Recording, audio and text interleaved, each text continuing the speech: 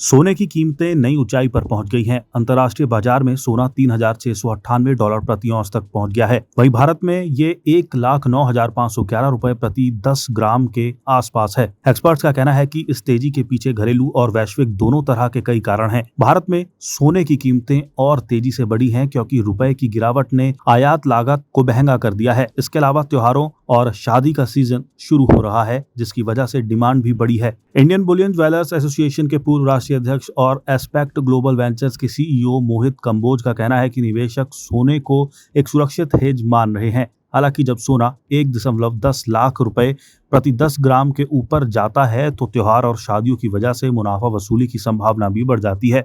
सोने की रैली को करेंसी और बॉन्ड मार्केट से भी सपोर्ट मिल रहा है। मोतीलाल ओसवाल फाइनेंशियल सर्विसेज के एनालिस्ट मानव मोदी ने कहा, कमजोर डॉलर और अमेरिकी यील्ड में गिरावट की वजह से सोना रिकॉर्ड ऊंचाई पर है। फिलहाल डॉलर यूरो के मुकाबले 2.5 महीने के निचले स्तर पर है और अमेरिकी बॉन्ड यील्ड 4% के करीब बनी हुई है। बाजार को उम्मीद है कि फेडरल रिजर्व लंबे वक्त बाद ब्याज दरों में 25 बेसिस पॉइंट्स की कटौती करेगा। फेड पर राजनीतिक दबाव भी बढ़ा है। अमेरिकी राष्ट्रपति डोनाल्ड ट्रंप ने फेड से बड़ी दर कटौती की मांग की है।